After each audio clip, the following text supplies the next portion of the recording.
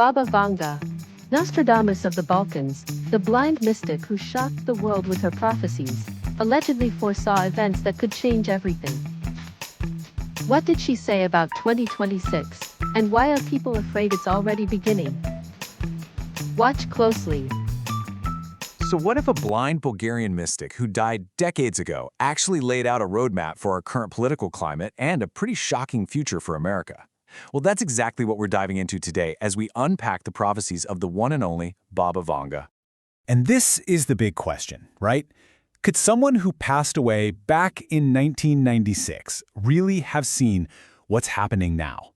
We're going to look at the predictions people attribute to her, which, some claim are unfolding right before our eyes. It's a wild story that blurs the line between foresight and just pure coincidence, and it all seems to point to one critical year, 2026.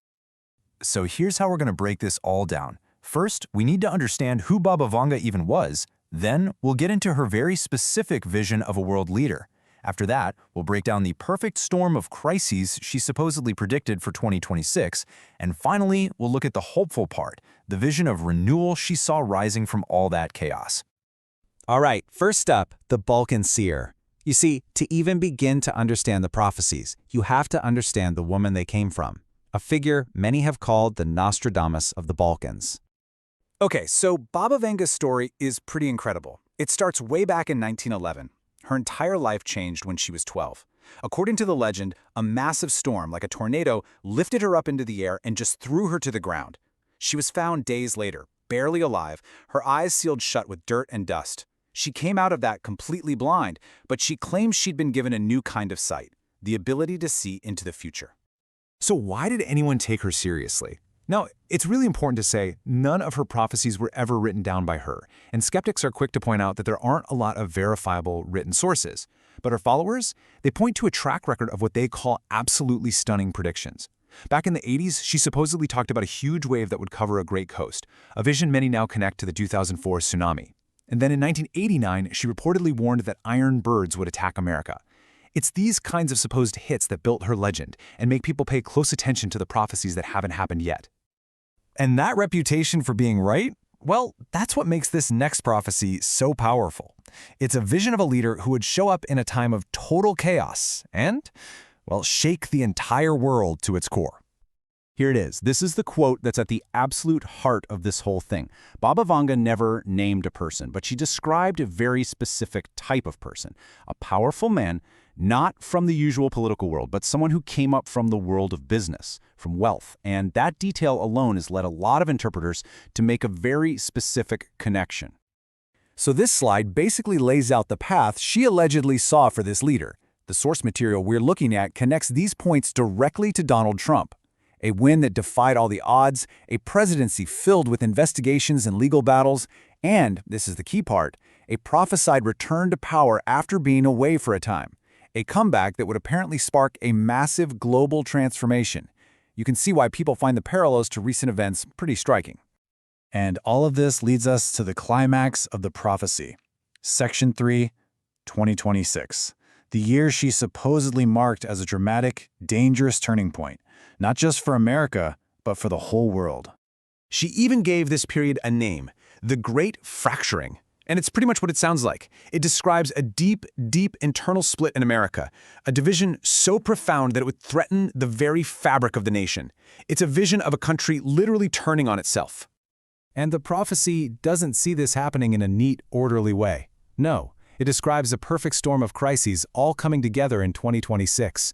We're talking a fragile economy, the dollar losing its power, a massive environmental backlash with fire from the sky and crazy natural disasters.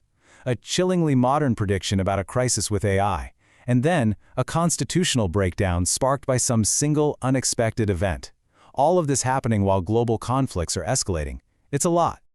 And out of this fracturing, the prophecy claims two totally different American identities would emerge, basically polar opposites. One America is all about control, surveillance, and obedience. The other is built on rebellion, self-sufficiency, and some kind of spiritual awakening. So this isn't just about politics. The prophecy is talking about a deep, fundamental split in the nation's soul. And then it gets even weirder. She predicted something called the Great Silence. The prophecy describes a moment in 2026 where, after all this turmoil, the world just stops. Communication networks go dead, governments go dark. Some people think this points to a massive cyber attack.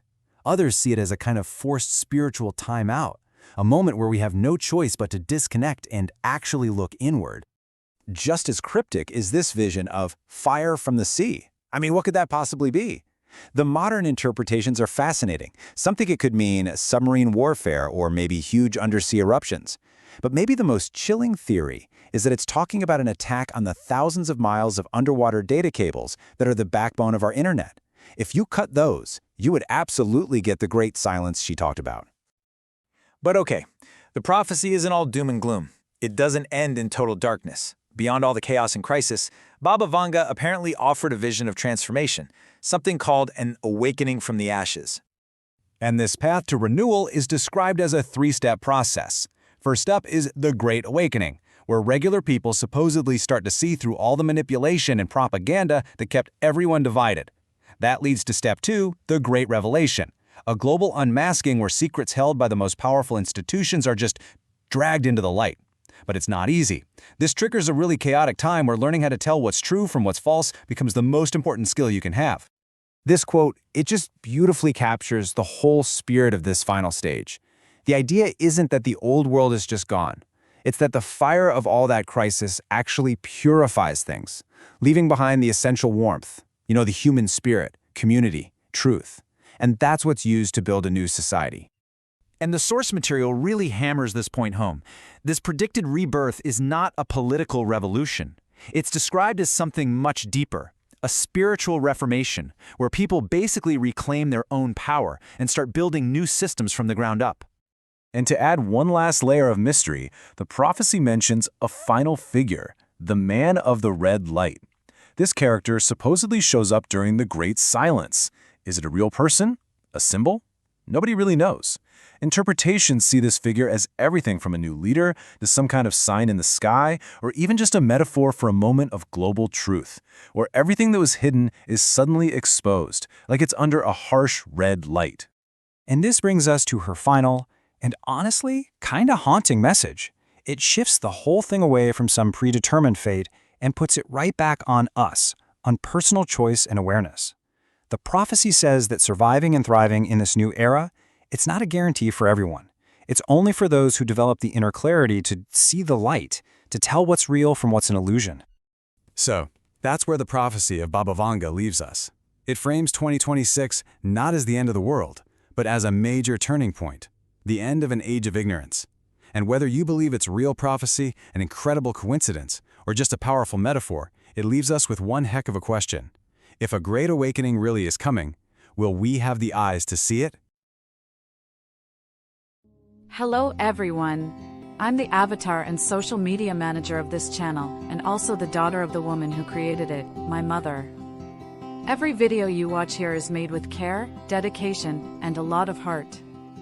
When you subscribe, like, or share our videos, you become part of our journey. You help turn passion into something bigger, something that can inspire and connect people around the world.